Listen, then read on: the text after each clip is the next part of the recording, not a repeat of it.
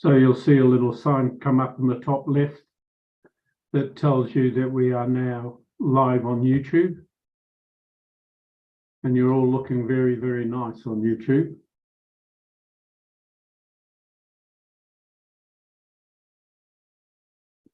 And in about, so you'll see a little sign come up in the top left that tells you that we are now live on YouTube.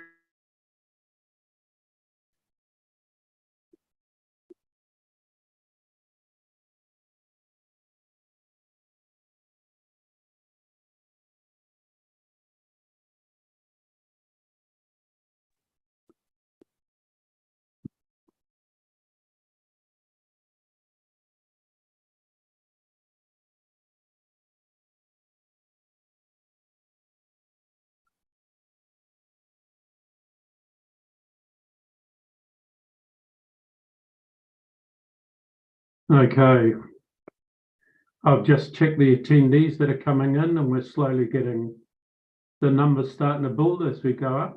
And at 6:25, what I'll do is I'll enable the live recording functionality, and James will then take over the running of the workshop.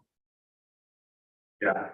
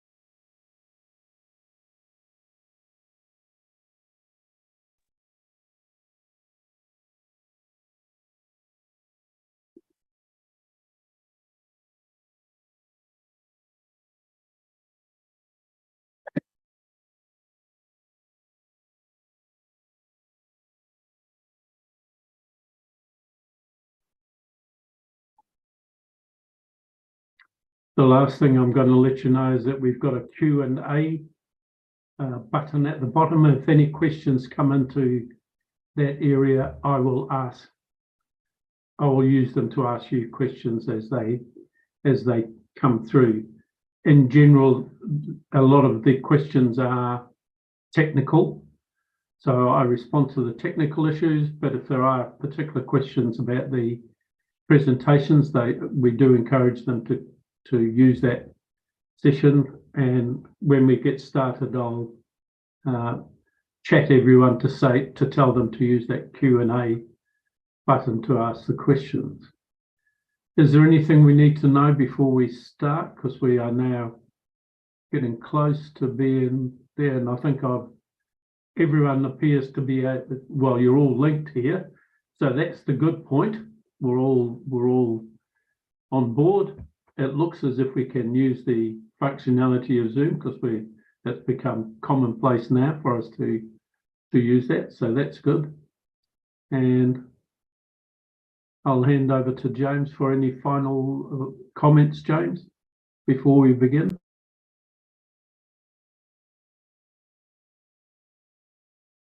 We still have 2 minutes.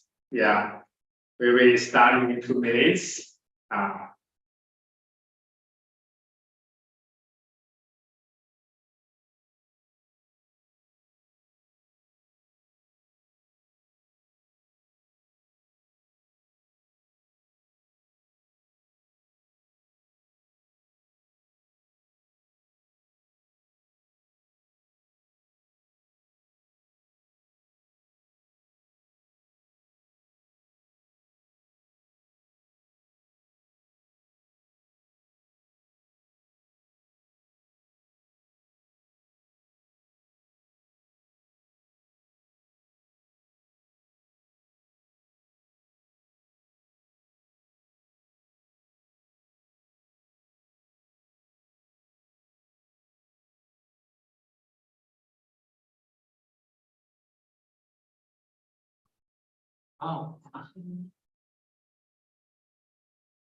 Hello.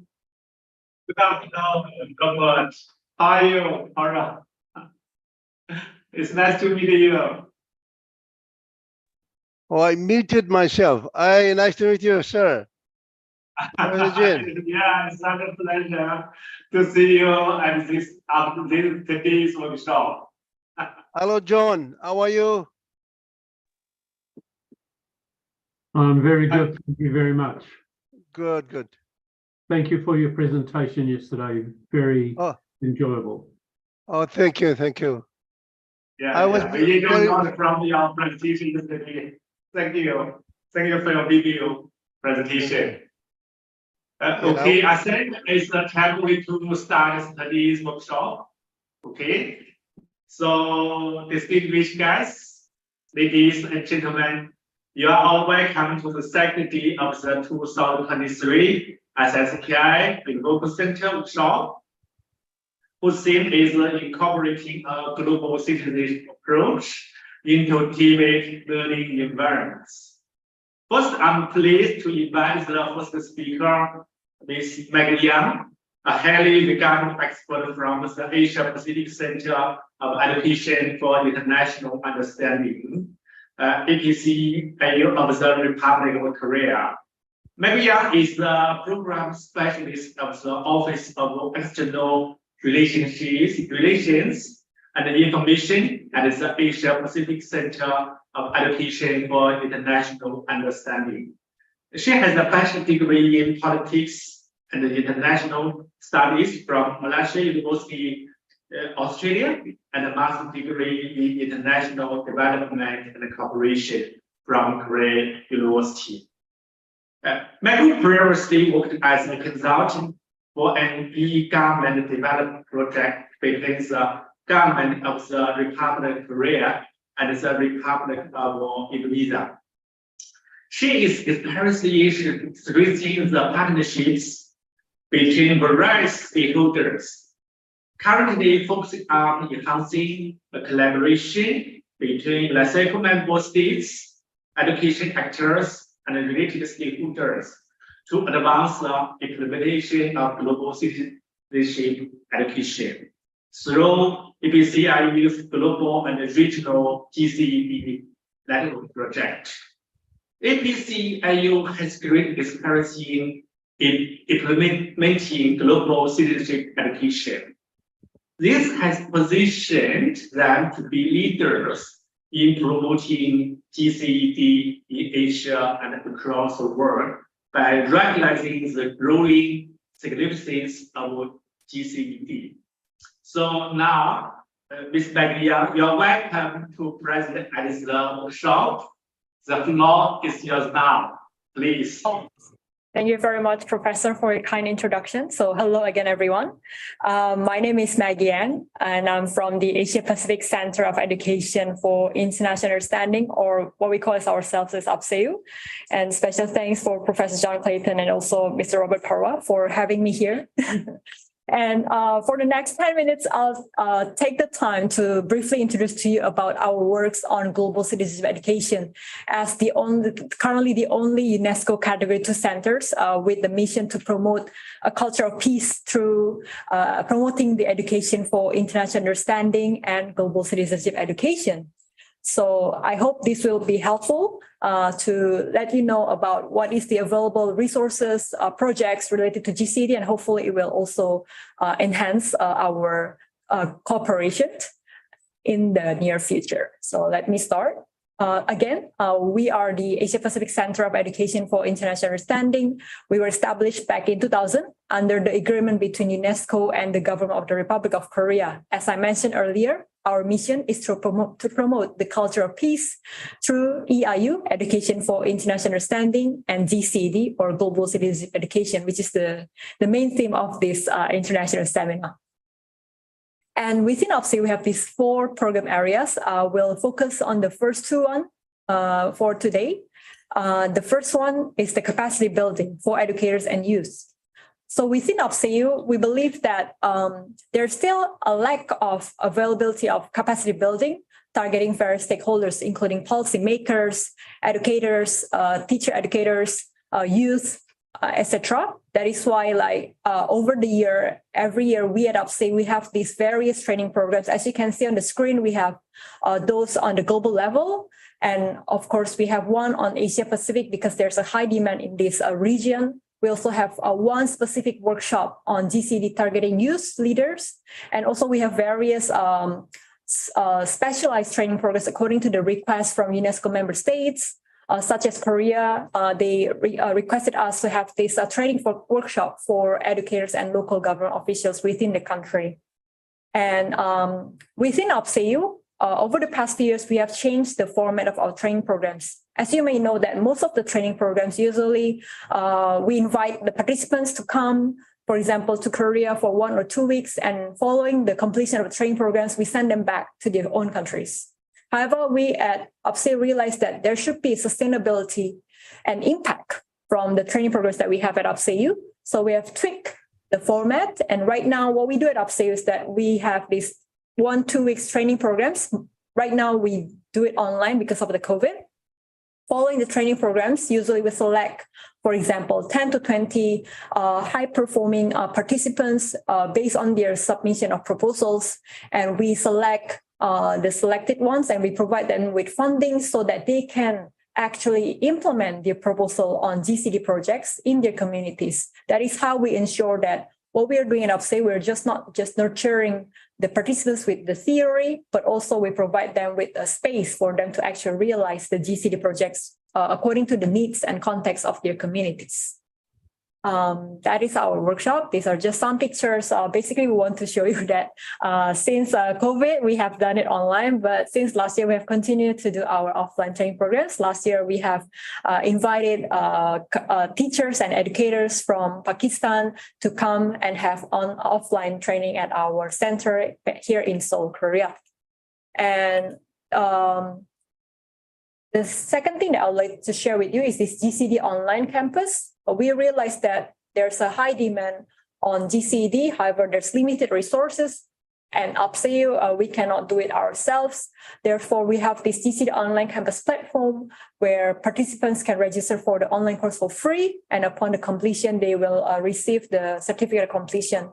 These are some of the most recent courses that we have within our platform. As you can see, we cover various topics related to GCD, such as you can see, media information literacy, socio-emotional learning, digital safety, including other topics such as living heritage, etc.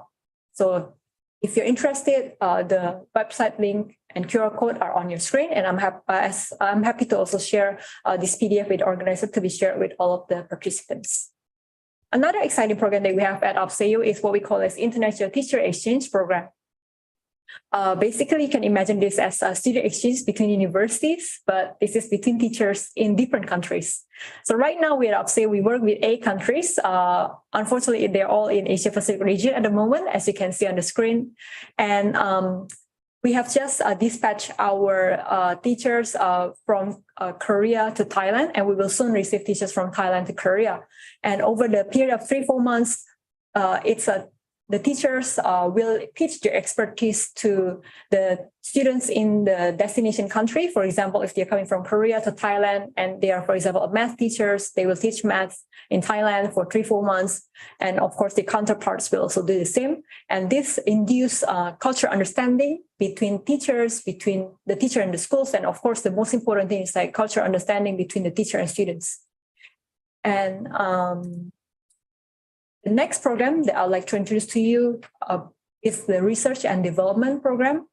One of the interesting projects that we have at UPSEI is this, what we call as GCD Curriculum Development and Integration Project. We realize that some countries that are serious about GCD, they want to integrate GCD into their national curriculum, but they have limited resources. So what we do at UPSEI is that we try to assist these UNESCO member countries to analyze the situation of their education system and figure out what is the best way to integrate GCD into this national curriculum. And this project is for 3 years. And of course, I would like to highlight here that we cannot fully integrate GCD into the national curriculum within 3 years period. But what we can help is like to provide the best trajectory, the best way for the country to integrate GCD into the national curriculum. So we have started this project back in 2016, and right now we are on the third and fourth cycle of this project. As you can see on the screen, we are on the third year with Georgia, Indonesia, Laos, and Rwanda, and we are on the second year with Bangladesh, Bhutan, Ghana, and Malaysia for this GCD curriculum development and integration project. If you're interested to know more, or if your country is interested to take part of this project, please do not hesitate to reach out to us. Another exciting project that we are doing, also including the UNESCO Beijing office here, is what we call as the Common Curriculum for Peace Education in Northeast Asia. This is a 2-year project where we work with UNESCO Beijing office, UNESCO chairs in China and Japan, and also education-related organization in Japan, China, and Korea. So what we are trying to do is to develop a curricular guide for the government in these 3 countries and also other countries in Northeast Asia on how to integrate peace into the curriculum. So yeah, and all of our research projects, right now for this year, we are focusing on monitoring or assessing the GCD competencies in students. This is an ongoing research project within UPSEU at the moment. And please, if you're interested to know more about our research project that has been completed in the past or the initial report of the ongoing projects, all of the reports are available on our websites for free. So please do check our website. Another exciting project coming up is the 8th edition of our International Conference on GCD. So every year, UPSEU would like to continue the discussion on GCD. And this year we select the theme of Unpacking GCD, Transformating Learning for Critical Empowerment, which will be held in October. So please stay tuned for more information about this conference. And I will be quick with this one. Basically, we at UPSEU, we have developed various materials. For the online materials such as resources, latest events, or news on GCD, you can access it through this GCD Clearinghouse. It's available in 7 languages, 6 UN languages, including Chinese and English, and of course, and also in Korean. So if you're interested to find the latest resources on GCD, this is the platform that we highly suggest. And another thing that I would like to share with you, last but not least, is of course on our partnership and networking. So we at UPSEU, we provide support to 4 regions at the moment. As you can see, Arab states, Asia Pacific, Latin America, and Sub-Saharan Africa. The idea behind the support of GCD network is because each region got their own needs and context on how to integrate and how to do GCD. So what we do at UPSEU is that we work with UNESCO field offices from each region, and we try to implement GCD programs or activities that suit the need of each region. I have no time to explain further at this moment, but if you're interested to know more, please do not hesitate to reach out to us, and we're happy to provide more information about these GCD network activities. The last thing that I would like to share with you today is what we call as this GCD Cooperation Center. So this is a new project at UPSEU. We just started back in 2021. Basically, again, the idea is because UPSEU right now cannot work by ourselves to expand, to distribute the information and knowledge expertise on GCD. So we partner up with teacher education institutions in various countries to extend this knowledge. So they are like our extensions in our partner countries to promote GCD. So as you can see on the screen right now, we are working with 6 countries at the moment: Thailand, Malaysia, Cambodia, Philippines, Indonesia, and Laos PDR. And we have established this GCD Cooperation Center. So this center receives training from us, and following the training, they will work with the local partners to further enhance GCD promotion and training, capacity building, etc. in the country.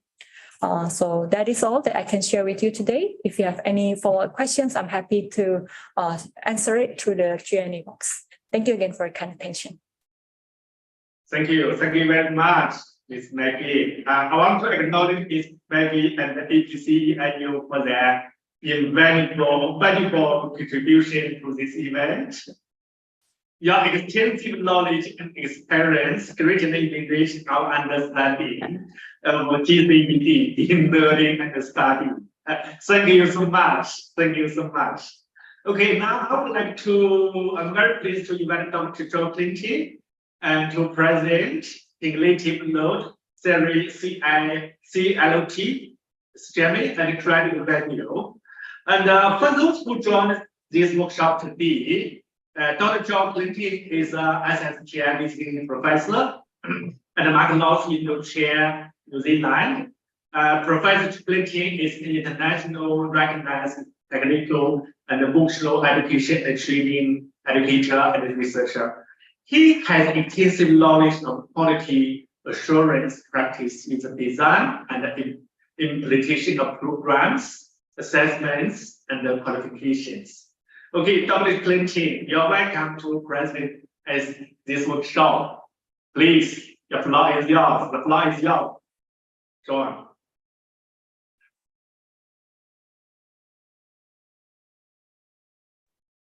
Thank you, James. So what I'm going to focus on is the actual classroom. What happens in the classroom? And one of the things that we've been working on in New Zealand is looking at what we call cognitive load theory, schemata, and credit value. The reasons for this is we need to understand all of our students, what their background is, how they think, how they react, how they behave. So this is the rationale behind our work on this. But I need to begin with really some simple definitions. And one of the simple ones is, what is cognition? And cognition is the mental action or the process of acquiring knowledge and understanding through thought and experience in the senses. What is cognitive load? Cognitive load reflects our cognitive architecture or the way we process information. When I say we, I mean each of us as an individual, and then as a social group, then as a nation, then internationally. There are three elements to be considered in this. Intrinsic, that is the mental effort associated with a specific topic. Extraneous refers to the way information or tasks are presented to the learner. And germane, which refers to the mental effort used in creating a permanent reference point, store of knowledge, and this is referred to as the schema. So let's have a look at us.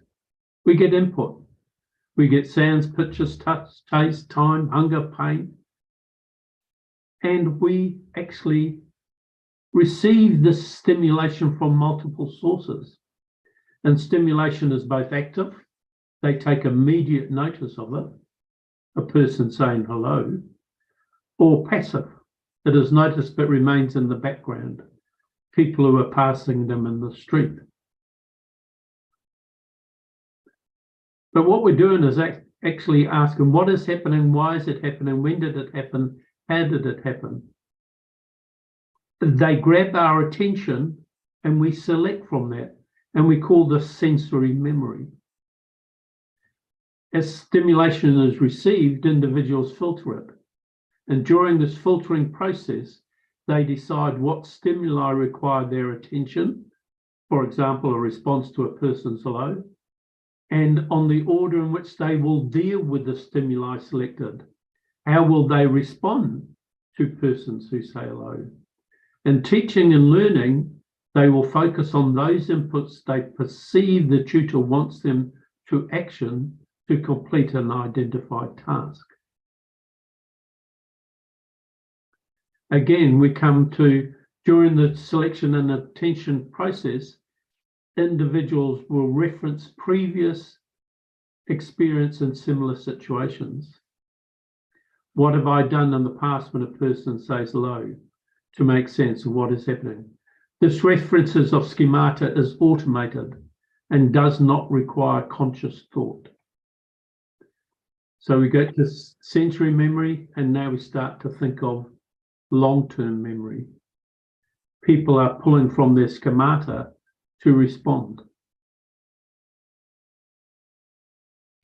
Now we come to the working memory. And in this working memory, which is the process that enables them to draw on their schemata, an individual reacts to stimuli selected and they begin to construct meaning. They process what is occurring and consider their response. I will nod, I will speak, I will wave. the reaction to their response, if people smile, people are grumpy, they will store that response to their reaction in their long-term memory for future reference. And the more complex the schemata created, the faster responses are processed. So here we have got the input, sensory memory, working memory, and the schemata. And this is the area of most importance to us. So let's take an example. We get a disorientation, we get skills, knowledge, attitude, and learners will receive the stimulation from the learning activity. The task presented are new and unfamiliar. The learner is disoriented.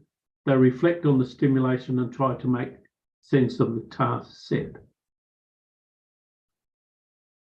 They retrieve past learning strategies that have proven to be successful, and they resolve. So learners reflect on the task, align with their current knowledge or previous experience, and they use this to try and resolve tasks. So they retrieve the retrieval of complex schemata. Learners' abilities to reference previous experience at the point of learning reduces working memory load and speeds up the learning process. Building these complex knowledge structures, schemata, are a critical component of learning. What I'm saying then, the speed in which our disorientation is resolved is a measure of our learning ability. The more complex our schemata, the more complex the problems we can resolve. What is important is not what we have learned, but how we have learned. So we know the process of learning, and each individual will respond to this process differently. This leads us to something we can use internationally, and we call this parametric modeling. And a parameter refers to a defining property or fact of an identified population. It creates equations using identified combinations of facts to make assumptions and inferences about the potential behavior.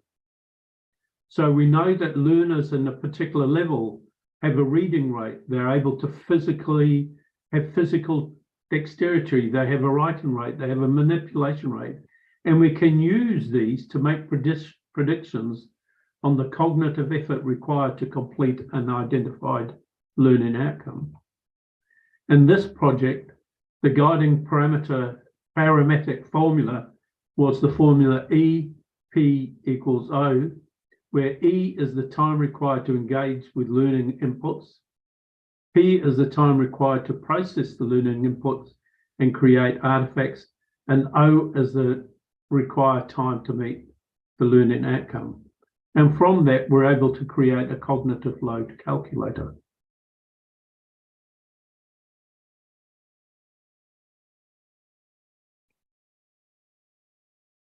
And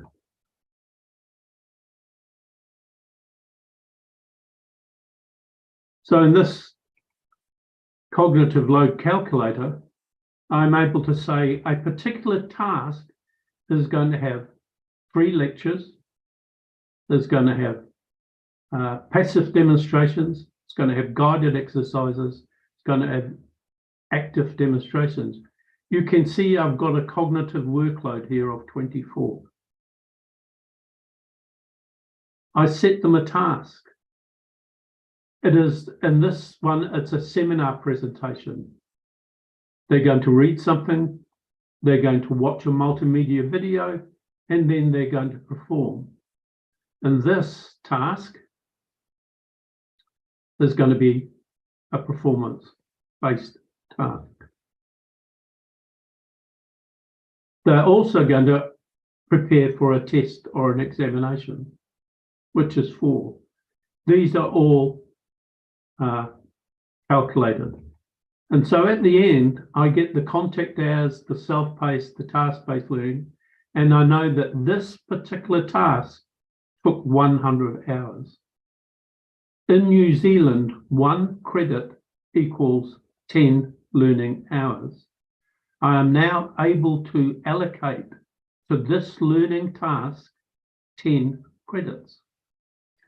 And you can see as I increase the particular times that are going in this area, I might do another task.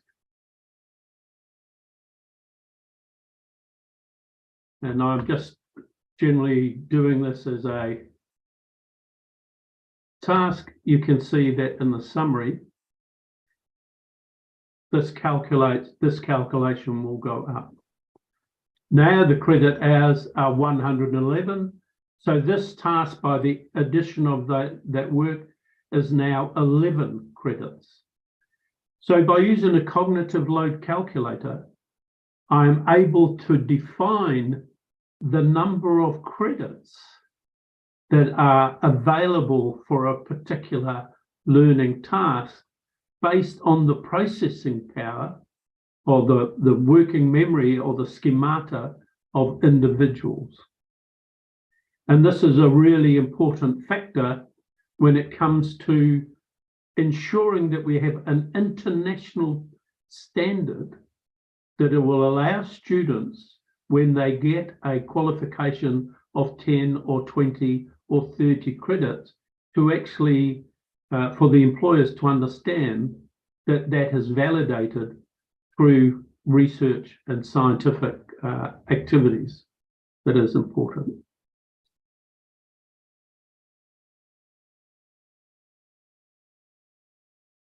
So cognitive load allows us to understand the way the person learns regardless of their background. We're able to then understand they've got a particular reading rate, they've got a particular writing rate. By putting all those together, we can then justify the number of credit hours that we can allocate to a task. And that's the important feature of cognitive load theory and schemata, and establishing quality procedures for credit accumulation. And this is where my colleague Guo Yang is able to now talk about the mobility, once we've established the number of credits, how we can establish the framework for mobility of those credits to become international. Thank you. Thank you, John. Thank you very much for your presentation that has given us great understanding of cumulative load theory and credit value. Now it's an honor to introduce our next distinguished speaker, whose groundbreaking research and expertise have earned her international recognition. Get ready to be inspired by the transformative ideas. And another introduce Professor Gao Yang, TVD researcher from Tianjin City Vocational College, China. Professor Gao Yang is currently leading the diploma program in event management for students at the Tianjin City Vocational College. As an active researcher, she has studied and participated in several government-funded research projects, such as the National Social Science Fund Project, Tianjin TVD Reform Project, and published several papers in international journals. She was invited to attend the Waikato Institute of Technology in New Zealand as a Seminole New Zealand Research Fellow in 2017, and was invited to participate in several international research projects, including the Seminole New Zealand Model Program from Education New Zealand, the Central Institute for Vocational and Technical Education, and the China Education Association for International Exchange. Professor Gao Yang, you're welcome to present the credit accumulation and transfer system in global recognition of credentials. Please. Professor Go Yang, the floor is yours now. Please. Thank you, Professor Qin, for introducing me.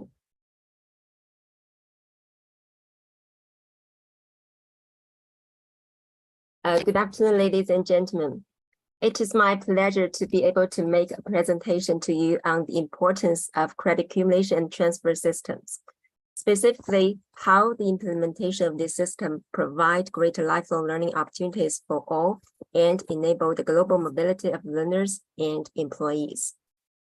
I am Gao Yang from Tsinghua State Vocational College, and my current research activities have been focused on the establishment of credit accumulation transfer systems and the potential benefits derived from the international recognition of the core industry skills of learners and employees through the establishment of CATS. First, let's see some background. It is acknowledged that the ability of nations to meet the competitive challenges of an increasing global economy is irrevocably tied to an adaptable, highly skilled, knowledgeable, and mobile workforce. Progress, productivity, profit in global. Please, Ms. Go, do you share your screen? Yes, you No, cannot. we cannot see your screen. Cannot see your screen. Yeah. Sorry, I think I have already shared it. Yeah, good. Thank you. I have already went to my second slide. I'm so sorry for that. Good. So you can see my screen now. Yes, it's good. It's good. Sorry. Thanks. And thank you for telling me that. Okay, this is the background of the research. And in the modern work skills, we know that the skills are time-bound and rapid changes in technologies and processes in industry mean continuous demand for emerging competencies.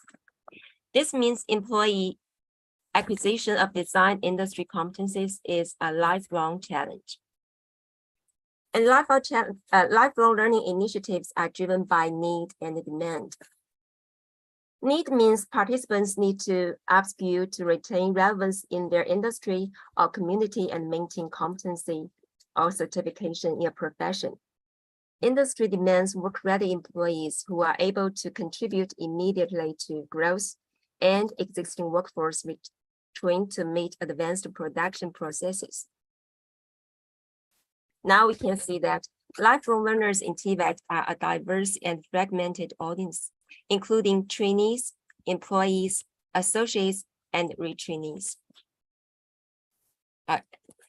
Trainees are young potential employees that need to be provided with the foundational competencies to successfully participate in the workforce. Employees need to acquire advanced competencies in new technologies and processes to contribute to increased production. Associates are the employees in aligned industries, and they need to refine and integrate their existing competencies into new and emerging industries. And for retrainees are the employees from inductant industries.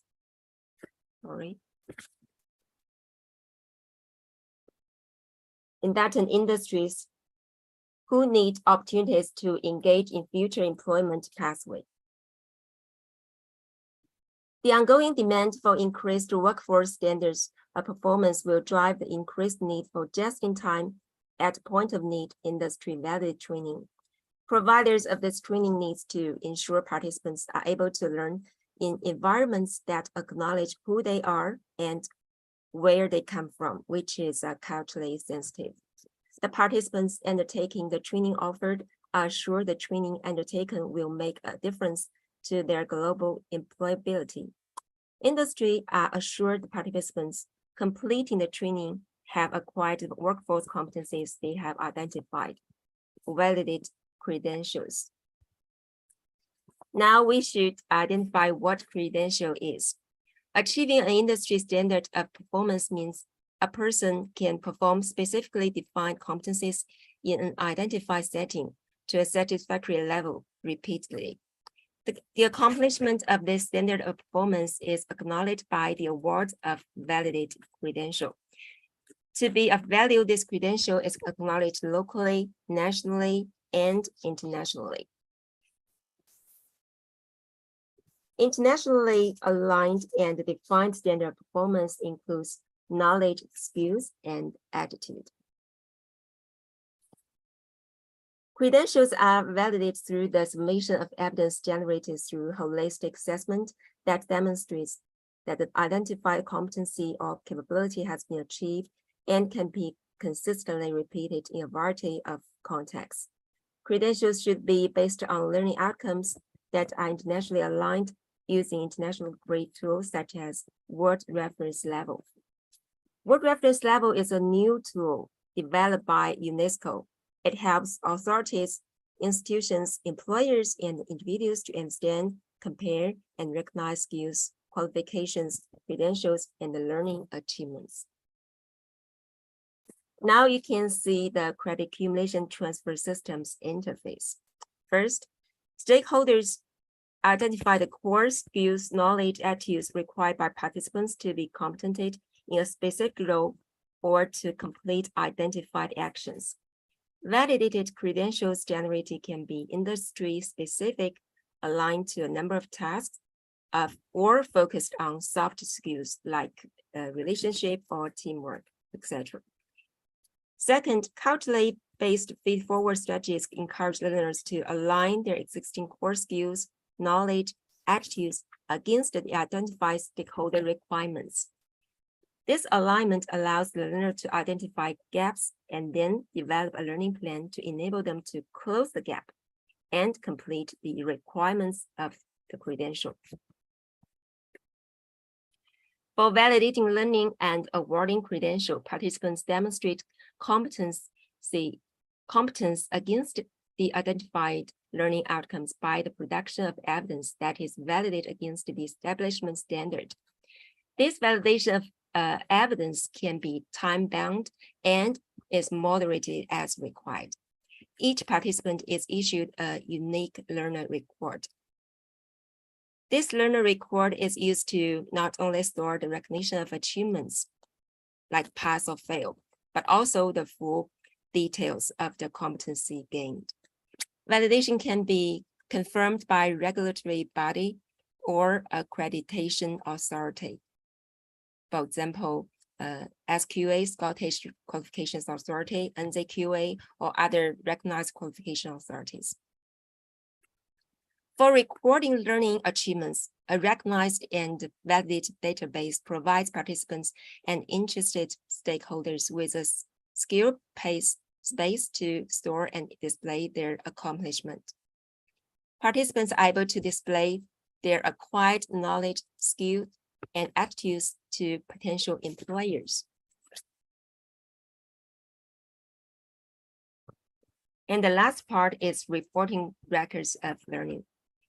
Employers are able to search database with the confidence they will be able to find suitable employees. Professional bodies and agencies can formally acknowledge participants' increased competencies and capability. So now you can see the whole system of credit accumulation and transfer.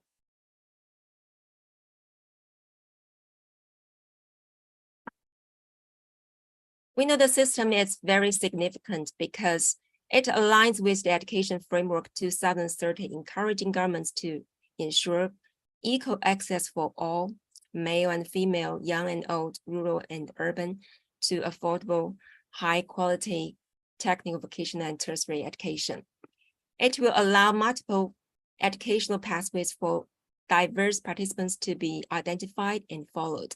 It will enable the validation of workplace learning, meaning skills, knowledge, and attitudes of current employees can be acknowledged. This validation can be used for promotion, seeking a salary increase, applying for external positions, and towards future academic study. It will enable international student mobility, a key issue in promoting academic collaboration between TVET educational institutions and the validation of academic records of learning between them.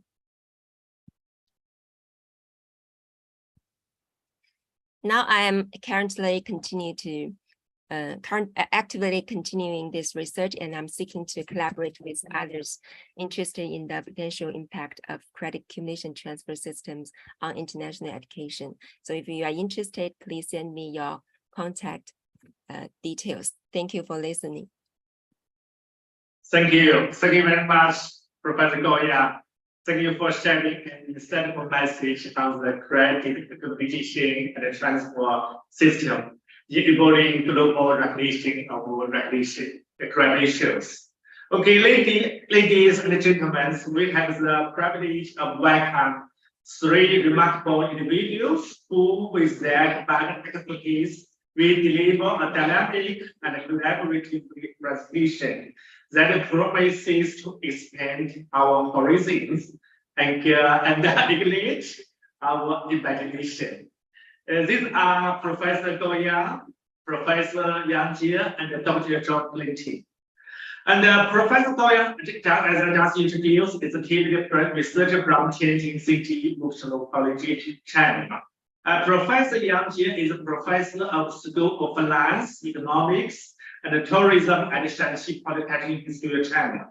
And Dr. John Linting is SPM visiting professor and Magnus Institute Chair in Zealand.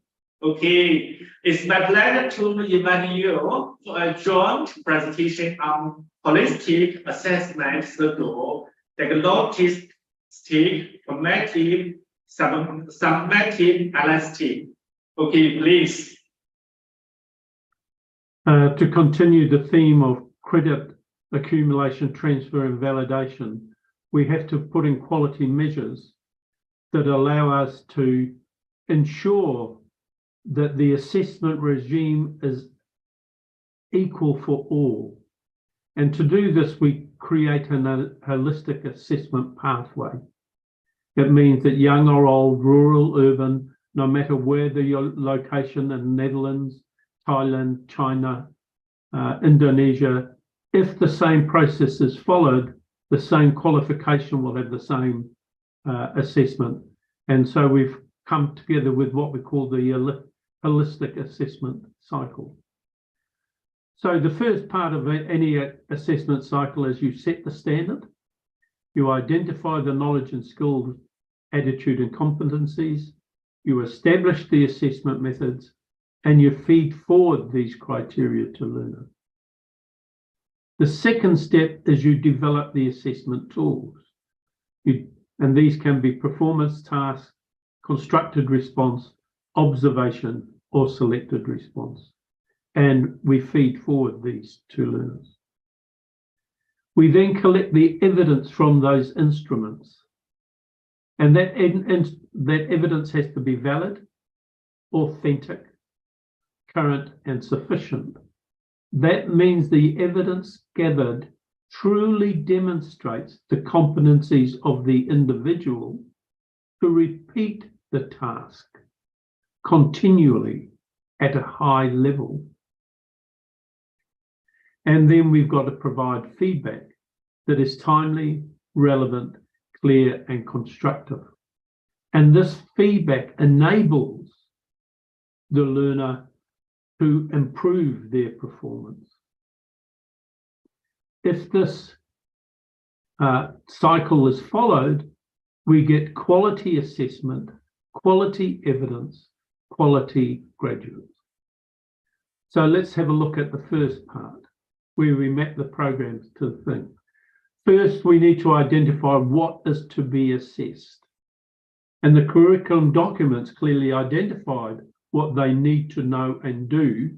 These are performance criteria to be successful in the learning activity. Tutors use these to establish the evidence needed to confirm learners have met the outcomes identified. Performance expectations need to be clear for the learners. This allows the learners to align their current capabilities and knowledge structures against the expected performance. So what should learners know? And we call this know-how, which is competence. They know, which is knowledge. And we call these cognitive tasks. And we can assess these through test items, reports, and assignments, or higher order thinking tests and reports and assignments. The second part of what should learners be able to do, and what they do in action, and how do they show it? How can they perform these tasks? We call these behavioural. And this assessment is by simulation, practicals and production of artefacts, or is by observation of performance in the classroom or in the workplace. So we can now put these together. We've got the does, which is high, shows how, knows how, and knows. These are cognitive and behavioural. You can see how they move from the novice to the advanced beginner, to the competent, to the proficient. And we've got these different assessment instruments that assess these at each level. So we come to the assessment tasks. And assessment instruments are used to generate data on learner performance. This data is used to confirm that learners have acquired the skills, knowledge, and attitudes the credential identifies. It is important that these assessment instruments gather all the evidence required and are pre-moderated. That means that the tutor themselves have got to check that the assessment instrument is gathering the evidence needed, and they do this by peer review of their assessments. And this requirement instruments need to be fed forward to learners.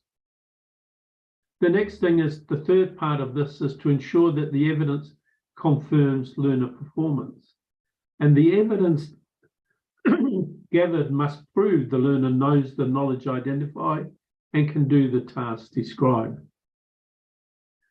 Marking criteria must clearly state the quality of the evidence to be presented and allow learners to reflect on their evidence submitted.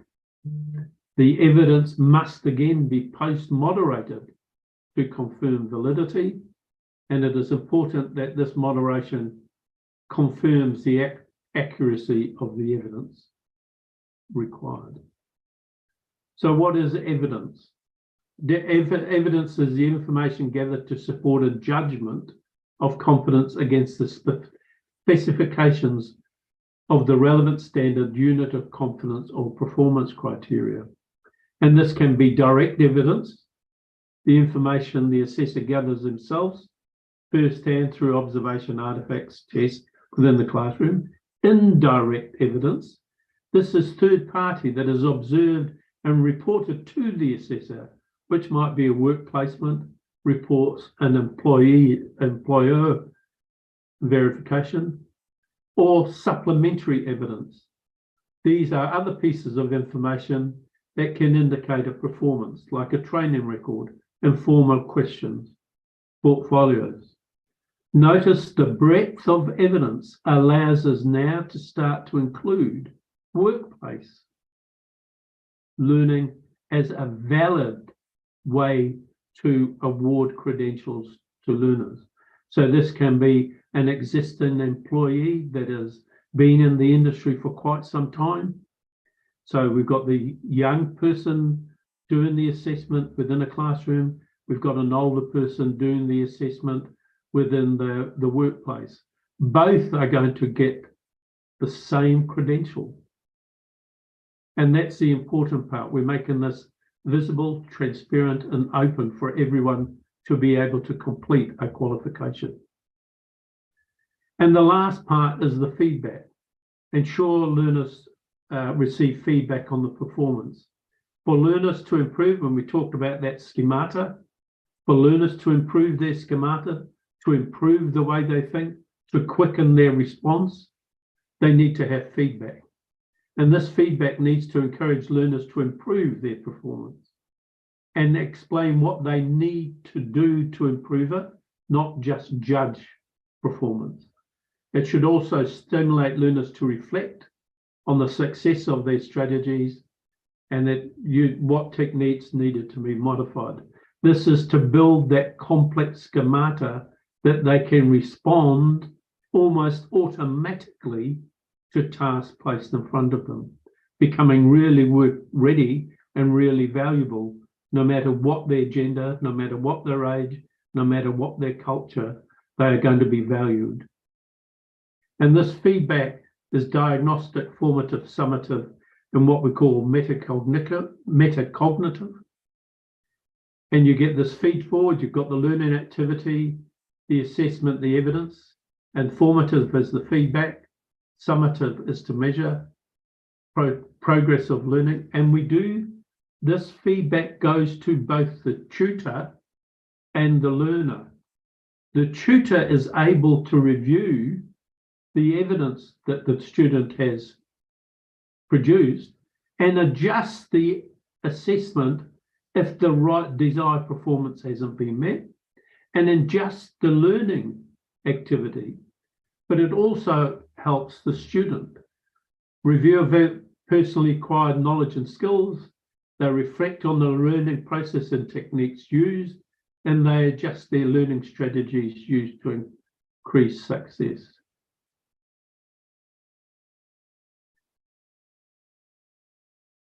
So again, we're looking at quality.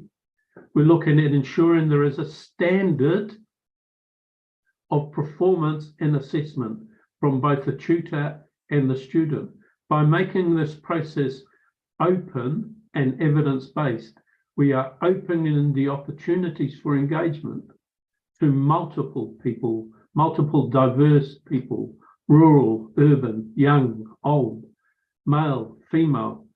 And this is what the work that we are doing with Young G and with Go Young is to look at cognitive load, to look at credit value, and then to look at how we can establish quality around these credit values.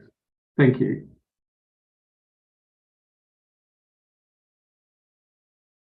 Okay, now it's Professor Go Young.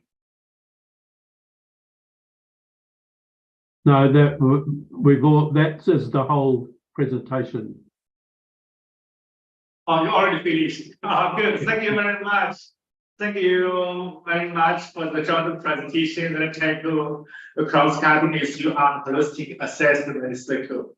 Okay, now we are at the 10. We are in the 10 for panel questions and answer sessions. Let me see if you have any questions at the chat room. Yes, do you have any questions? No questions? We have got some questions that we're answering in the Q&A forum. I see, yes, no, and we've answered those questions, so we're quite all right on there. We've got 2 unanswered questions, but they relate to the previous presentations, and they're in the Q&A box. We're dealing okay, so yeah, so we will continue the presentation. So, okay, ladies and gentlemen, it's my pleasure now to introduce our next speakers who bring unique perspectives enriched by his authentic insights about global citizenship in action, drawn from real-life experiences. Now it is an honor to invite Professor Jun Awata from Shanghai Medical University, Japan, to present on global citizenship his study. Jun Awata is a professor in the Department of Medical English Education and the Faculty of Medicine, Shanghai University, Japan. He earned his master's degree in English from University of Technology, Sydney. For 34 years, he has been teaching English for engineering, medicine, and nursing in Japan. His research interests include teaching English for specific purposes, computer-assisted language learning, and collaborative online international learning.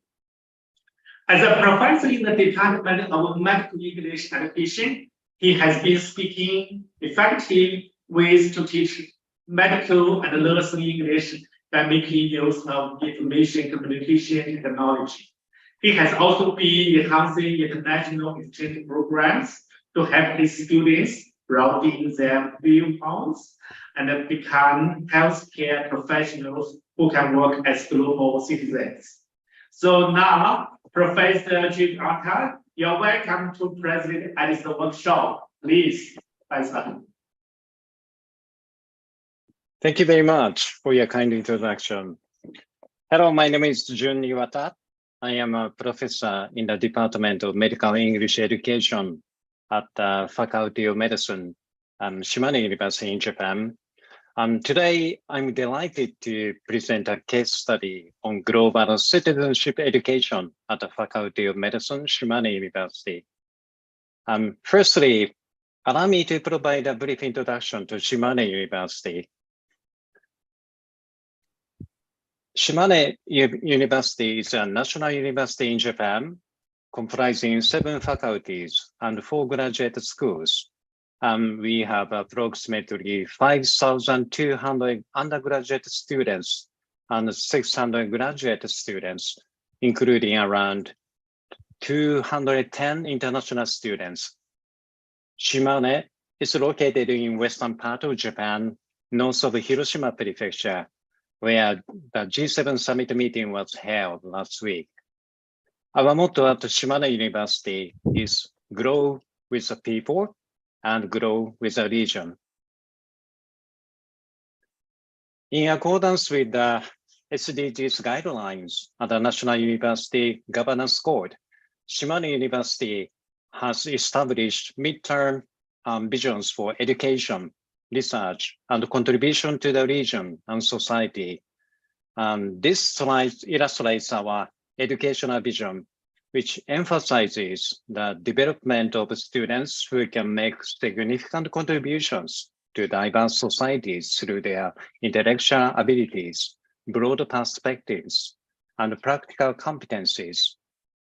To realize this vision, 4 goals have been set, one of which is to provide global education that fosters an international mindset and communication skills. Now, let me elaborate on how our Faculty of Medicine has been working toward fostering an international mindset and communication skills. Within our Faculty of Medicine, the importance of fostering an international mindset and communication skills in English has been increasing. As globalization progresses, we are encountering more patients from other countries and welcoming more international students and witnessing greater opportunities to work in other countries. Consequently, there is a growing demand for us to develop a global mindset, embrace diverse cultures, and utilize English in our careers, such as staying up to date with medical information, publishing medical articles, or delivering presentations at conferences. Additionally, there are increasing opportunities to communicate with other medical staff and patients from different countries in English. To enhance our medical English education and globalization efforts, we developed a unique English enhancement program at our faculty in 2013. This program focuses on 3 pillars: enhancing the medical English curriculum design, promoting learner autonomy, and facilitating international exchange programs.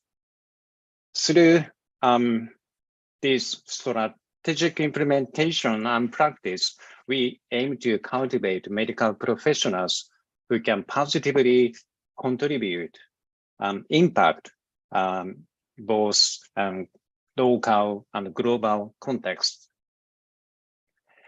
Now let me provide more details on how we are striving to enhance international exchange programs.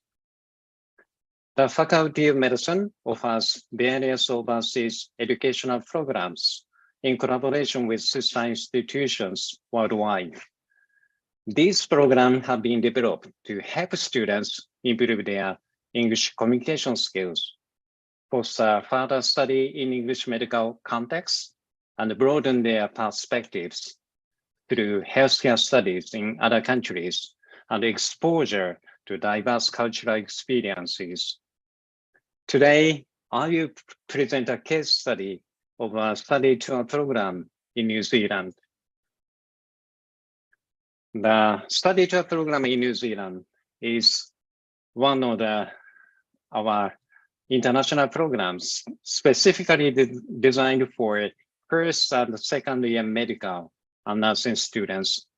It was initiated in 2009 and has been the most popular overseas program, with over 230 students participating in the program over the past 13 years.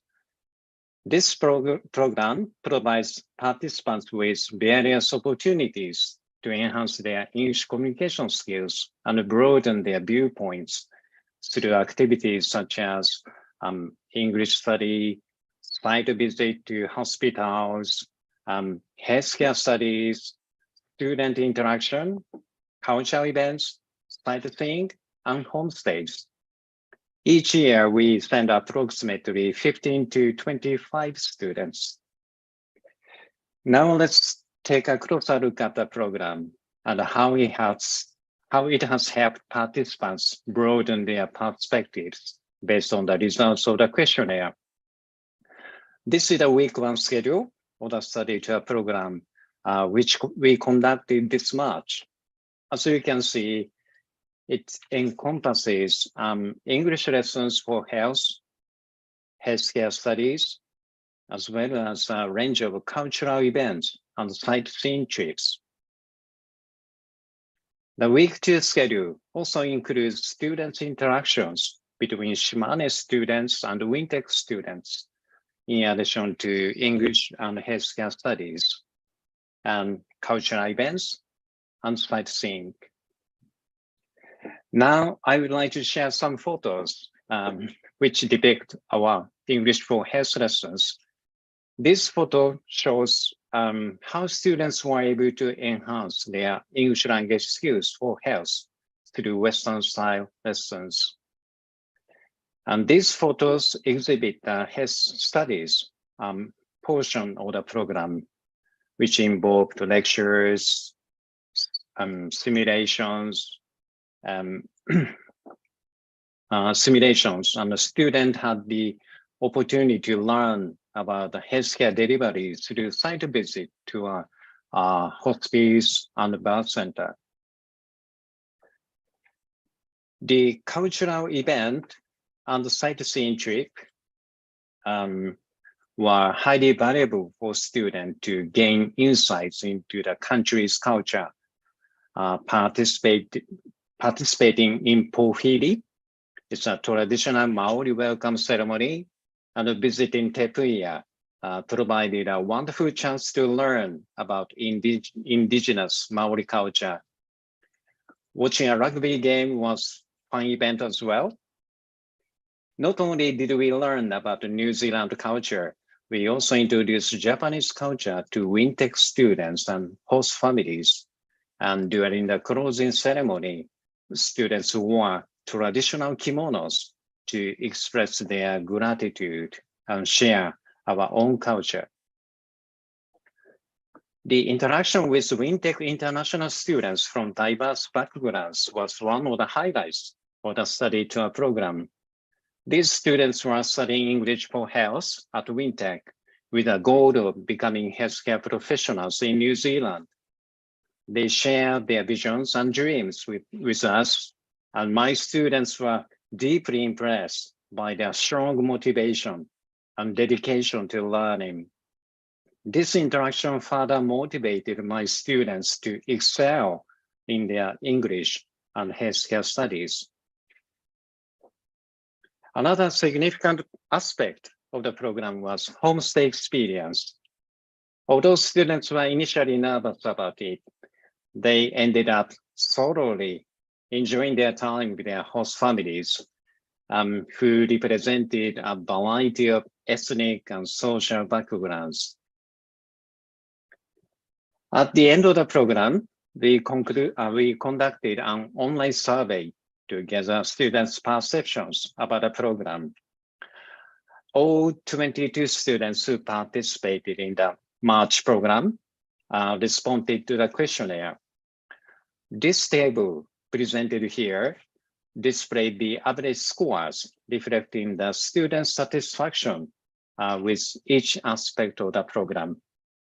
The scale ranged from 1, not satisfied at all, to 5, very satisfied.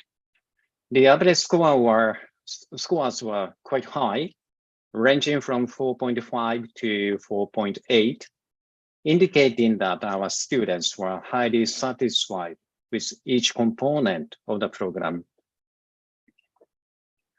The following table showcases students' self-assessed improvement in their language skills. Students reflected on how they had progressed in the 4 language skills. The scale ranged from 1, not achieved at all, to 5, very much achieved. The results indicate that students perceived a greater improvement in their listening and speaking skills, compared to their writing and reading skills, which were not emphasized or utilized as much during the English lessons. Moreover, a subsequent table presents students' self-assessed improvement in the area of international mindset, global viewpoints, cross-cultural understanding. The results indicate that the study tour was instrumental in enhancing their understanding of other cultures and broadening their perspectives. Here are some comments from participants which highlight their valuable cross-cultural experiences. First one says, in Japan, I usually interacted with Japanese people, but during my time in New Zealand, I had a chance to engage with individuals from diverse cultures, including Maori, Europeans, and Indians. This experience greatly broadened my horizons and expanded my understanding of different cultures. Next one said one of the most enriching aspects of the study was delving deeper into Maori culture. Through lectures on Maori healthcare, I gained a deeper appreciation for the interrelationship between Maori history and medical care. This opportunity allowed me to understand the importance of cultural context in providing healthcare. Next slide shows 2 more comments. The last one was really interesting to me. Last comment says, comparing New Zealand and Japan, I realized how little I knew about my own country. This study tour highlighted the areas where Japan still lags behind, such as the understanding of LGBTQ issues. It served as a wake-up call for me to actively seek knowledge and understanding about societal issues, both within my own country and globally. And these comments provide participants clearer and more concise experiences with cross-cultural interactions during the study tour. The case study of our overseas study program in New Zealand demonstrates that the study tour has helped participants improve their English communication skills, broaden their viewpoints, and develop into global citizens. We are dedicated to the ongoing improvement of our existing overseas study programs and have set our sights on the development of collaborative online international learning, which is called COIL programs, as an innovative pedagogical approach. By embracing COIL-type initiatives, we can effectively offer a multitude of opportunities for students to engage with peers and educators worldwide, all from the comfort of their homes in Japan. We firmly believe that COI holds tremendous potential in augmenting students' ability to establish positive relationships and effectively function in an increasingly diverse global landscape. And our aspirations extend to enhancing medical English education and nurturing a global mindset within our faculty. By doing so, we aim to empower our students to contribute to the improvement of healthcare on a global scale, recognizing their role as both global citizens and local citizens of Japan. In the future workshop, I eagerly anticipate the opportunity to share with you the advancement we have made in our global citizenship education. Thank you very much for your kind attention. 谢谢。Kia ora. ありがとうございました。Thank you very much. Thank you very much, Professor Jumata, for your presentation. That greatly focus on professionalism, perception, communication, and understanding across culture experience with your piece, Japan and New Zealand. Okay, ladies and gentlemen, distinguished guys and fellow colleagues, I'm honored to have this opportunity to present my Shanxi Polytechnic School case study at this international conference. Once again, my name is Qin Jingjing. I'm the head of the Development Center, Shanxi Polytechnic Institute. I also serve as the director of the International Cooperation and Exchange Office, Hong Kong Taiwan Office, and the dean of the School of International Education at Shanxi Polytechnic Institute. Now take this opportunity to present a case study on GCED or certificate exam from my side. First, I would like to introduce my Polytechnic. Our Polytechnic was founded in 1950 and is located in Xianyang, a city with a history of more than 2,350 years. And the city is famous for its culture, and it used to be the capital of China's first emperor. SSPI, you can call our school in short SSPI. SSPI has 22,000 full-time students on campus, and we have 1,890 teaching staffs. And SSPI has been recognized as one of the 10 laboratory vocational education and training institutions by Chinese Ministry of Education and Ministry of Finance. In 2019, it's the only TVD institution in northwestern China to be awarded this status.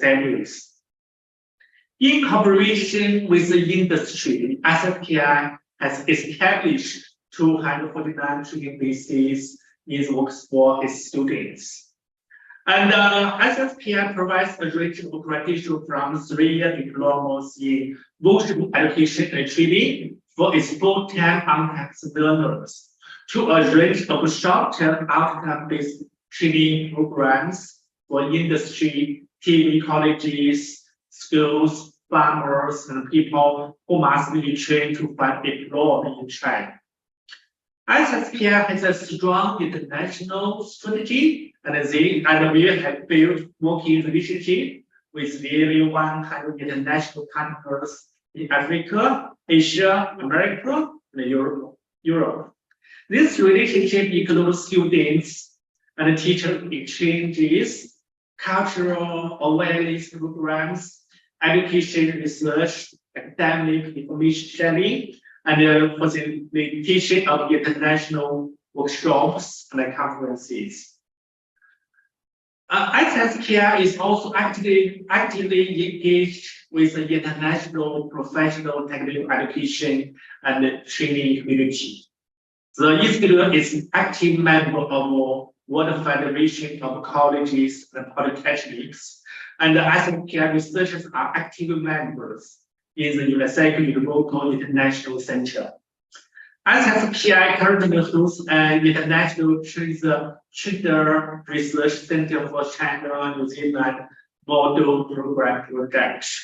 And we are in the process of establishing an applied research center guided by the Unicycle Innovator Vocal as an integral part of this center.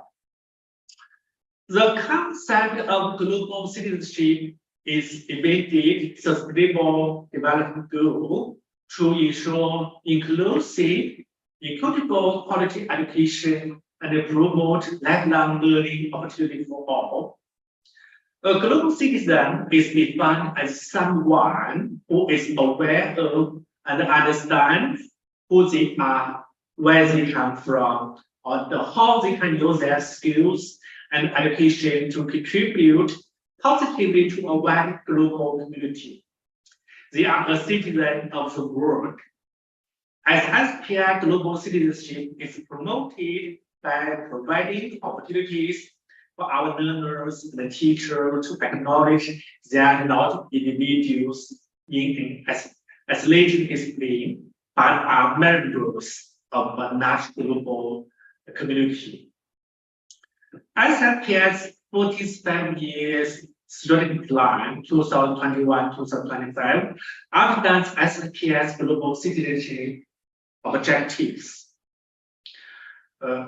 Provide access to all levels of technical and vocational education training for all people, regardless of age or gender, in provincially, nationally, and internationally.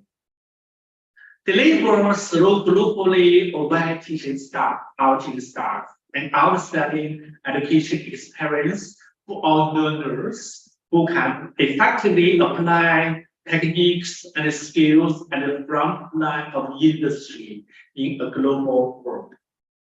To cultivate culturally conscious, work-ready graduates with the relevant knowledge, attitudes, and skills for employment, decent jobs, and personal growth. Actively collaborate with global industry partners on workforce development. The ongoing extension of workforce knowledge, skills, attitudes, and abilities of their employees. Globally, learners and teachers cross-border mobility, the application of acquired skills and attitudes in multiple cultural settings is a critical activity for global institutions such as ICPI. We need to actively cultivate the learners and the teachers' global vision. As a leading international institution in TVH, ICPI is focused on growing international networks with TVH institutions and agencies, encouraging learners and teachers to embrace global citizenship.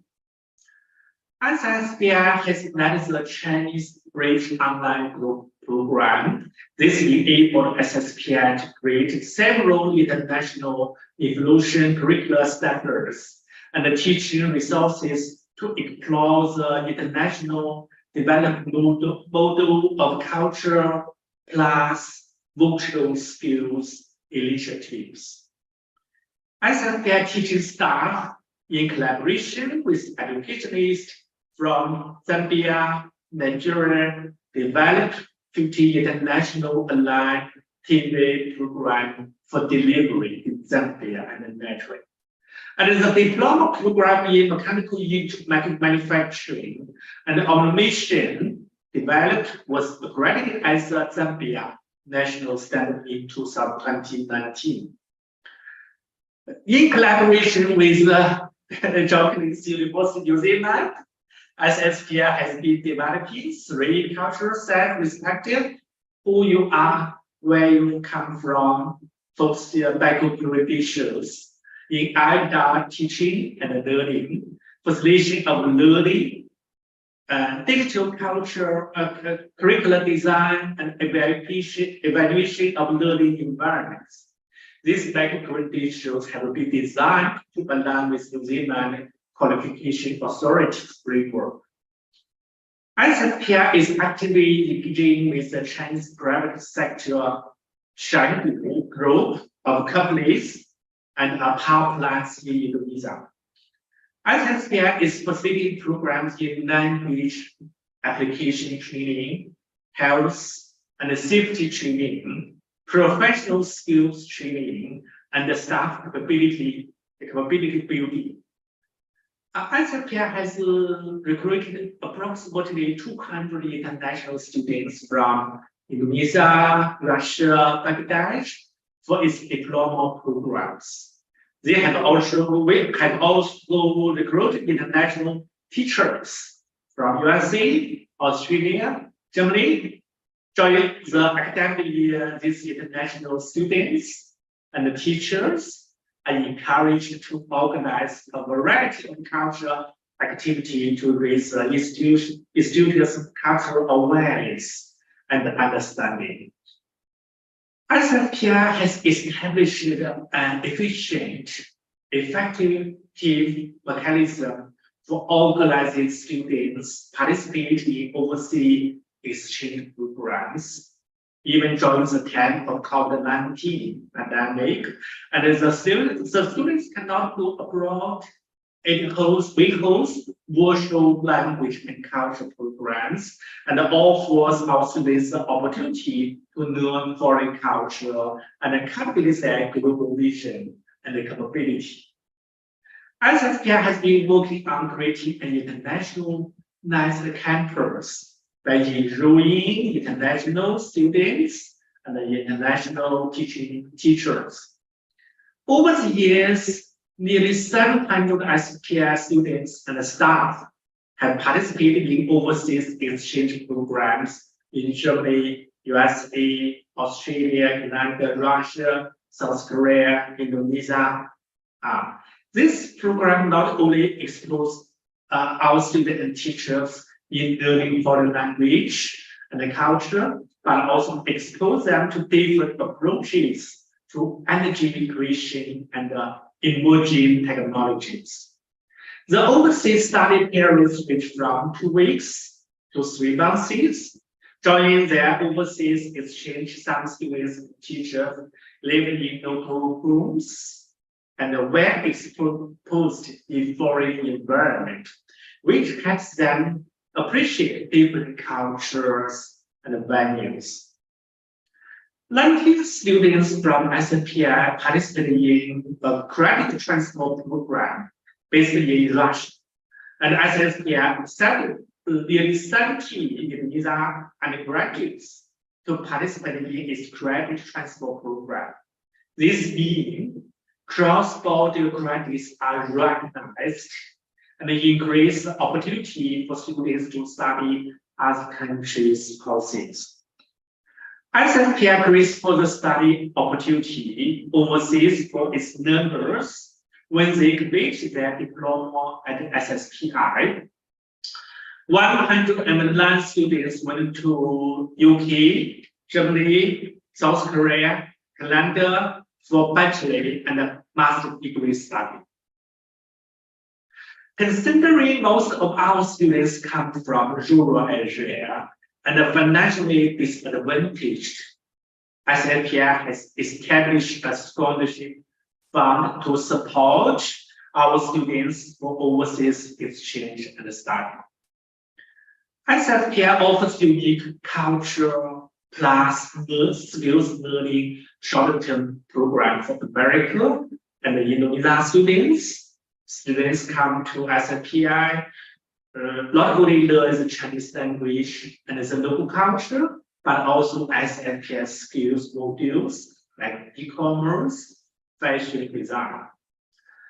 Participating in these international activities enables students to enhance their cultural awareness, understand different customs and values, and respect multicultural approaches in Tibet.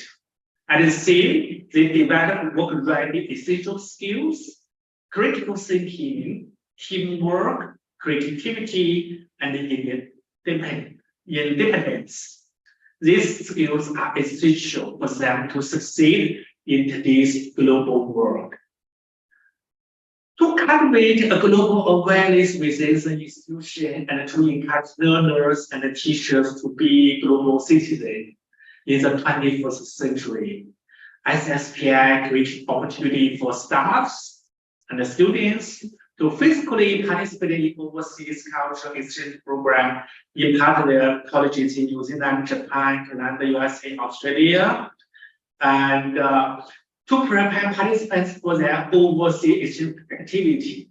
SSPI established both an English language and culture, also a German language and culture training centers. English and German native speakers were recruited to be leaders of these centers. Providing the opportunity for staff and students to participate in programs in English, with partners in Russia, South Korea, Japan, Indonesia. All these programs included a joint cultural awareness component. Worked with global business partners, Japan Overall Corporation, German DMG Corporation, Japan Financial Corporation, USA Easy Group, SIPL with these business partners established a joint industry institute training centers on our campus. These institutes are based on current industry standards, and they serve to expose learners and teachers to global practice in TVET provision, assessment, and recruitment. Okay. With financial support from the Chinese government and the Indonesian government, SSPI have a technology-enabled series of virtual Chinese language and culture and the Indonesian language and culture capitals for Chinese students, teachers, and the Indonesian teachers and students. During the last few years. With medicine college in USA and using online technologies, SSPI initiated a virtual cultural exchange program. This raises awareness of the difference in culture and language with Chinese and American learners. In preparing for the future, SSPI is establishing an international friendship group. This group will match Chinese learners with the international students enrolled at SSPI. The matched pair, Chinese students and the international students, will share the same living facilities and study the similar disciplines.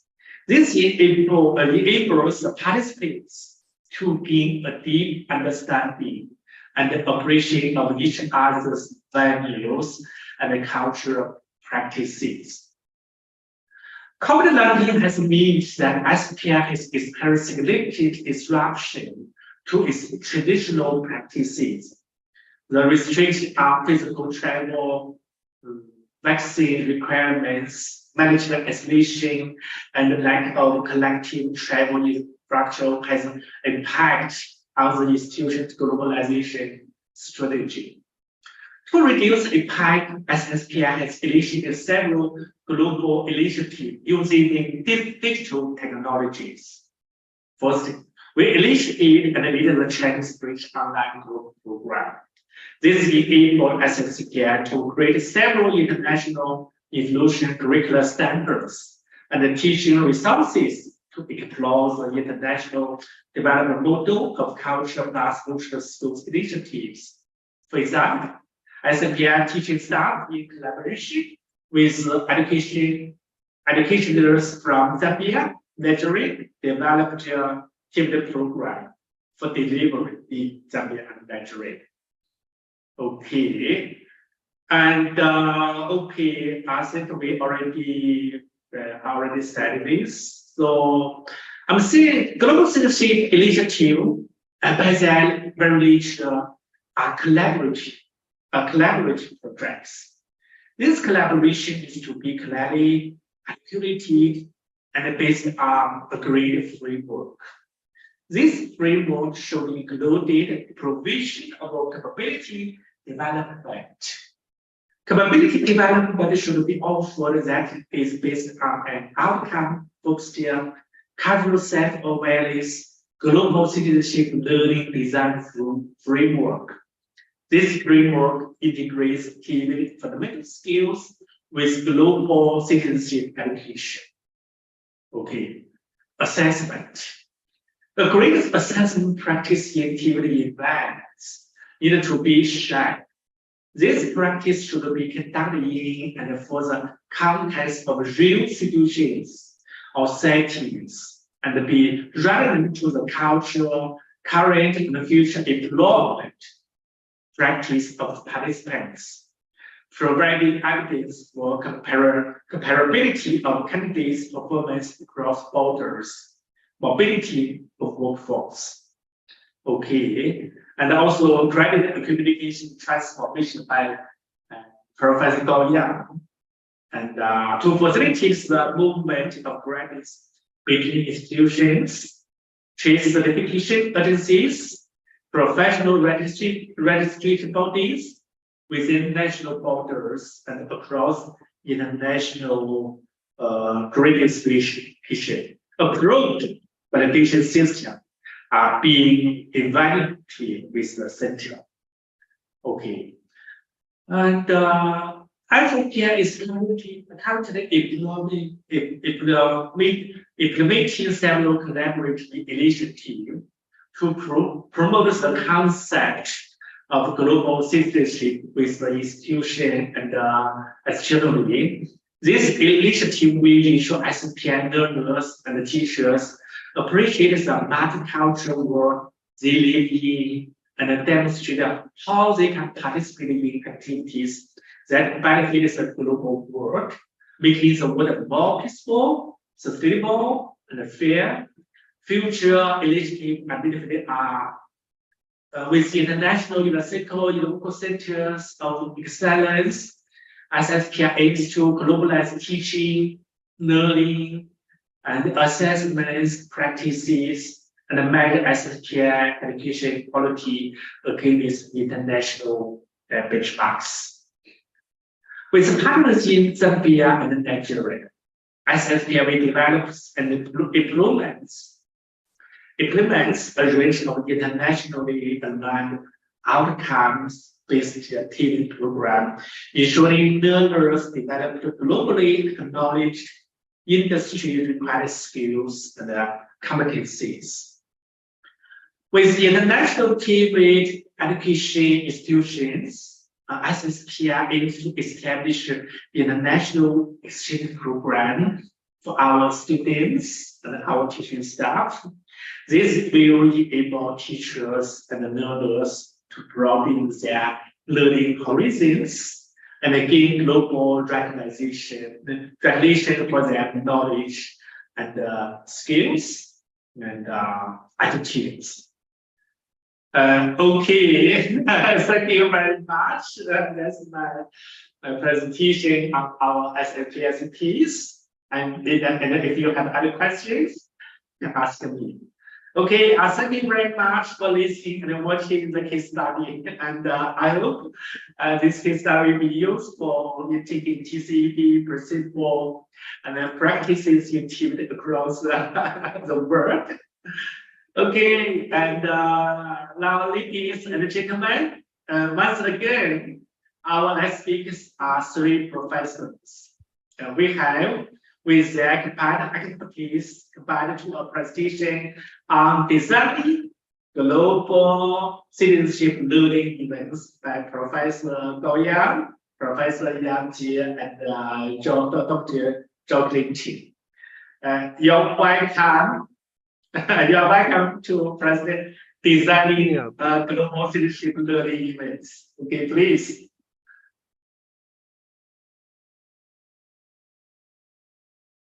I better turn my microphone. Okay.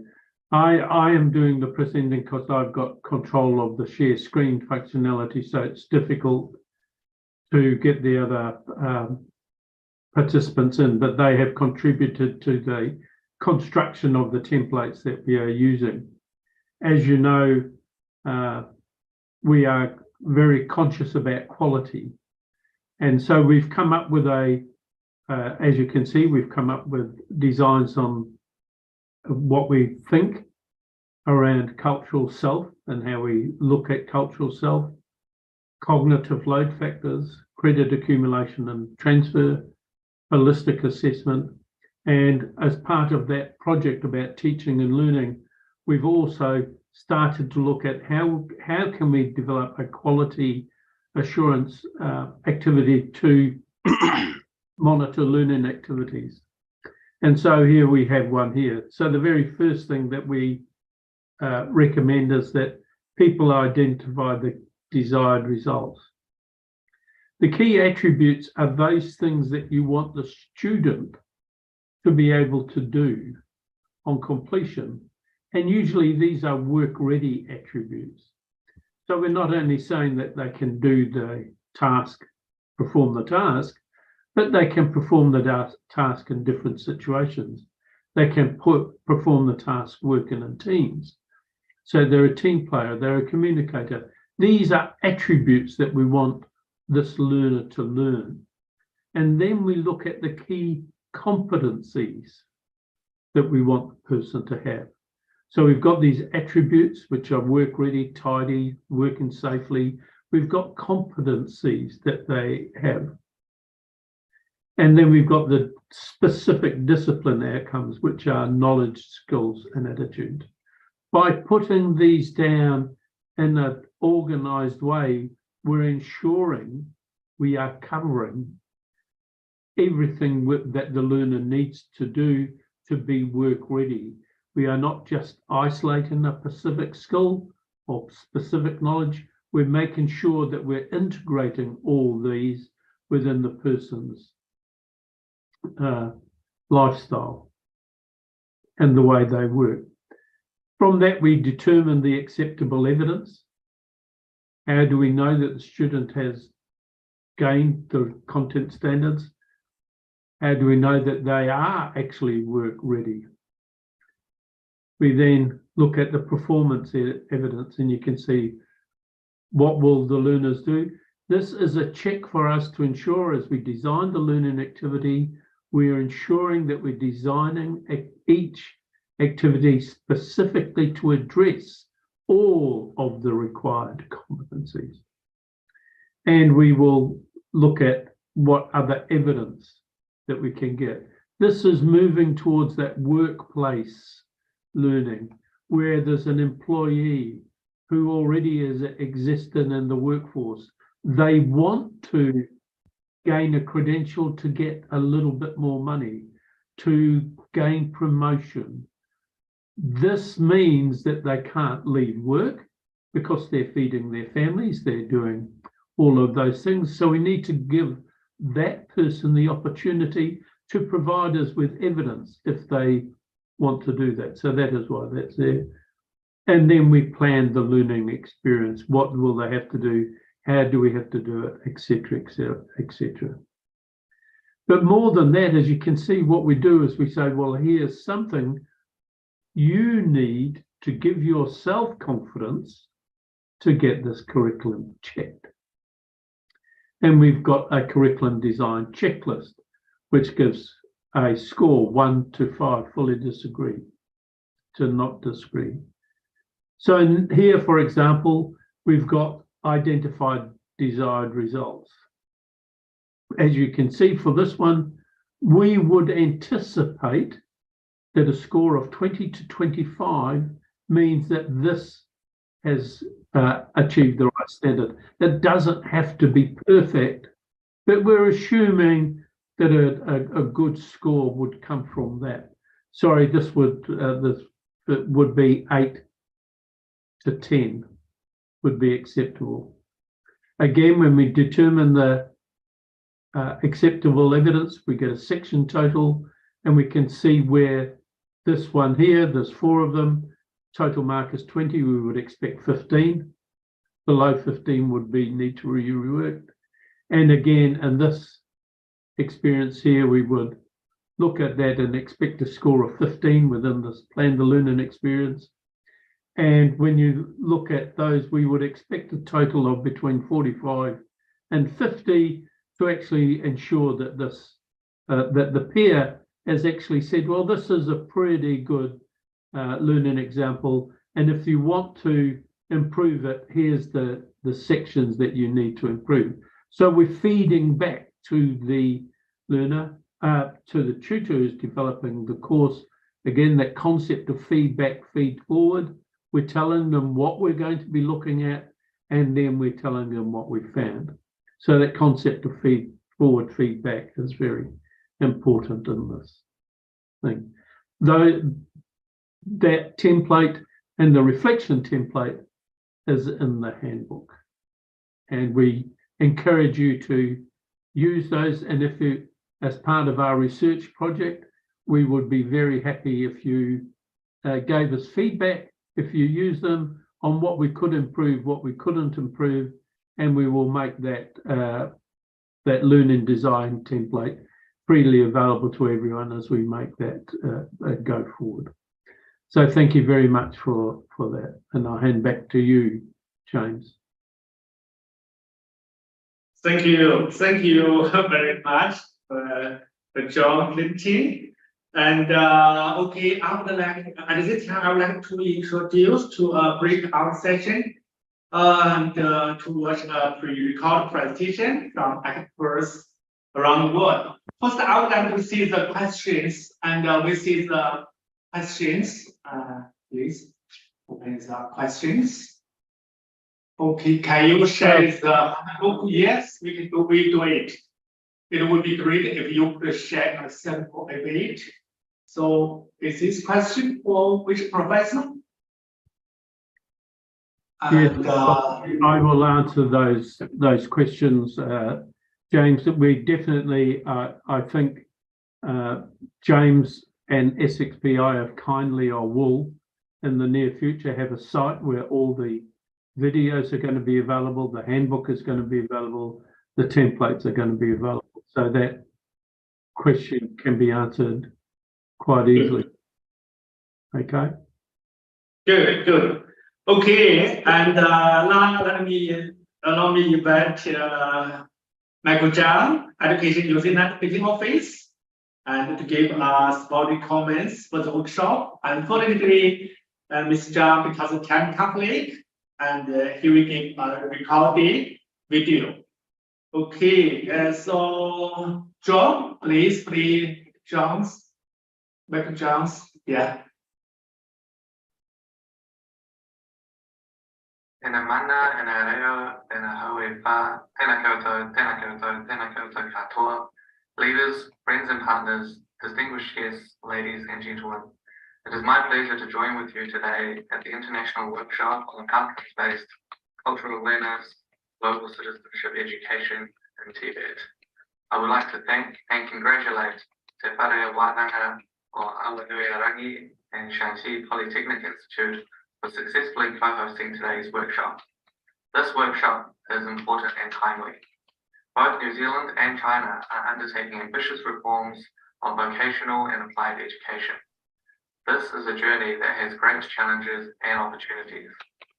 New Zealand is committed to shaping a new vocational education system. A part of these reforms began when the Vocational Education and Training Reform Amendment Act came into effect on 1 April 2020. The reforms aim to create a strong, unified and sustainable system in New Zealand for all vocational education that delivers the skills for learners, employers and communities. Today, providers such as Te Whare Wānanga o Awanuiarangi and the newly created Te Pukenga New Zealand Institute of Skills and Technology form key pillars of New Zealand's vocational education ecosystem.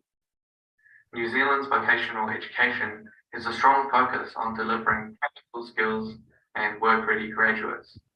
Our institutions work closely with industry and employers Long term, we hope to increase the number of employers who are engaged in vocational education and ensure that our system becomes even more hands-on. Learners will receive more support while they undertake training, and their education will better prepare them for the future workplace. Learners will be able to move easily between regions, between work-based and provide-based training. This makes it easier for them to continue training if their employment changes. New Zealand and China have enjoyed long-standing cooperation in education at all levels, including technical and vocational education and training. The New Zealand-China Model Vocational and Applied Education Program was established in 2013, and many cooperative activities have been implemented since then. We hope to renew this program in the near future. Our collaboration with international partners in the TVET space also aligns with the New Zealand International Education Strategy 2022 to 2030. The strategy seeks to develop a more high-value, resilient, and innovative education sector for both international and domestic students in New Zealand. It has three overarching goals. 1, delivering an excellent education and student experience. 2, ensuring international students and education is resilient and sustainable. And 3, developing global citizens.